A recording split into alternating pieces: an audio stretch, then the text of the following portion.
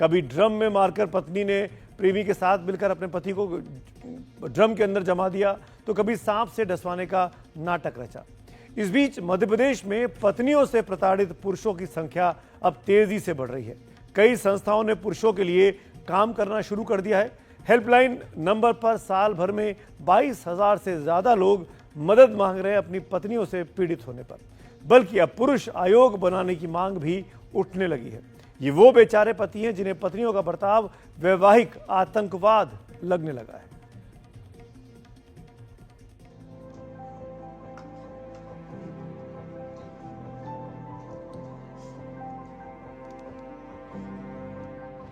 शादी, जिसे कभी गृहस्थी का सुख कहा जाता था, अब कई पुरुषों के लिए वैवाहिक कुरुक्षेत्र बन चुकी है।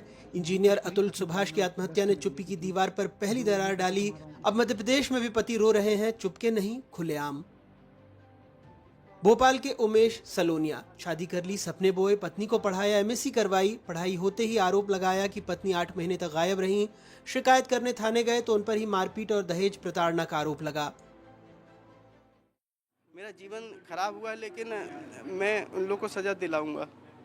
यदि सज़ा नहीं दिलाएंगे तो मेरे ऊपर आखिरी ऑप्शन जो अतुल सुभाष और नितिन और भी जो लोग आए हैं, हम लोग क्या करें।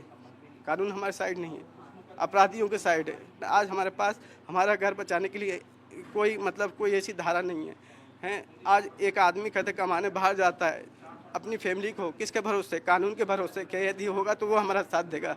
लेकिन यहाँ तो कानून ही गलत है। आफ्ताब अली, कभी आंखें थी ही नहीं, फिर भी मारपीट का आरोप लगा। सरकारी नौकरी मिली तो पत्नी ने सपनों के बैंक से फिक्स डिपॉजिट मांग लिया। कहते हैं पत्नी परिवार से अलग रहने का दबाव बनाने लगी। बात नहीं बनी तो मायके चली गई। यूपी के रहने वाले हैं, लेकिन मायके वालों ने गुजरात के 2 अलग अलग शहरों में एफआईआर करवा दी। अलीगढ़ में भी मामला दर्ज हुआ। आफ्ताब भागते रहे, कानून की छड़ी देखते रहे। बेटी 7 महीने की थी तभी बीवी साथ ले गई, आज तक मिल नहीं पाए हैं। इलाहाबाद हाईकोर्ट में केस चल रहा है, लेकिन अदालत से हर महीने किस्त में दर्द मिलता रहा। अलग रहने के लिए दबाव बनाया जाता था स्टार्टिंग से ही, शुरू से ही।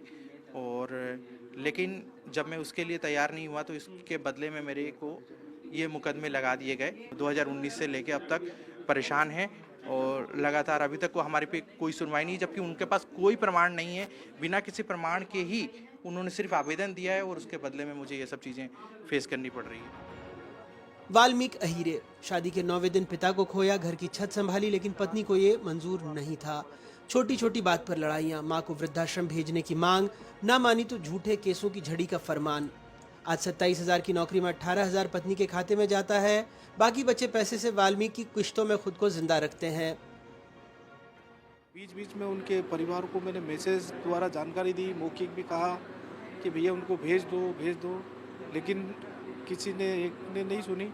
और ऊपर से उनकी मम्मी कहती कि अगर इनकी मदर एक्सपायर हो जाएगी तो हम अपनी लड़की को भेज देंगे। तो फिर मैंने तलाक के लिए अर्जी लगाई थी कोर्ट में। जब दुख बांटने वाले नहीं मिले तो भाई बनाना पड़ा, संस्था नहीं मजबूरी का नाम। भोपाल में पुरुषों के लिए हेल्पलाइन खुली। फोन पर हर महीने 2,000 पुकारें आती हैं और हर पुकार में टूटी हुई हंसी, घुटी हुई चीखें। संस्था को साल भर में 22,000 शिकायतें मिली हैं। 46 पुरुषों को आत्महत्या से बचाया गया। हर महीने 2,000 प्रताड़ित मदद मांगते हैं। 2014 से अब तक 4,08,862 शिकायतें मिली हैं। हेल्पलाइन नंबर है 888-2498-498। हमारा पूरा समर्थन ये है कि हम लोग उन पुरुषों को सुन रहे हैं, हम समझ रहे हैं। बहुत सारे ऐसे लोग जो पढ़े लिखे नहीं हैं, ग्रामीण क्षेत्रों से हैं, गरीब परिवार से, जिन्हें कानून का बिल्कुल भी आइडिया नहीं है। भारत में महिला का आयोग है, भारत में बाल आयोग है, भारत में वृद्धों का आयोग है, इवन दो भारत के अंदर जानवरों का आयोग है, प्रकृति का आयोग है, पुरुष आयोग की बात क्यों नहीं की जा रही है। एनसीआरबी के 2023 के आंकड़ों के मुताबिक देश भर में हुई कुल आत्महत्या में से मध्य प्रदेश में 15,386 लोगों ने सुसाइड किया। 9% आत्महत्या मध्य प्रदेश में दर्ज हुई। मध्य प्रदेश में 7,532 विवाहित पुरुषों ने मौत को गले लगाया।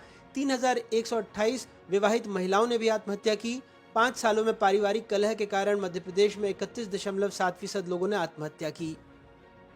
देखिए, ये आ गया है एक नया तरह का आतंकवाद, जो कि वैवाहिक आतंकवाद हम इसको बोलते हैं, मैरिटल टेररिज्म। इसमें महिलाओं ने जो हमारे देश के कानून हैं जो उनके फेवर के लिए बने हैं, उनकी सुरक्षा के लिए बनाए गए हैं, उनका गलत इस्तेमाल करके पुरुषों के ऊपर, पति और पति पक्ष के ऊपर फर्जी मामले दायर किए हैं। जो कल तक घर बसाने के सपने देख रहे थे, आज वकीलों के दफ्तरों में अपनी जिंदगियों की फाइल ढूंढ रहे हैं। कभी किसी वकील की मेज पर, कभी किसी जज के फैसले में, कभी किसी हेल्पलाइन की घंटी में रोती हुई आवाज गूंजती है, हमें बचा लो।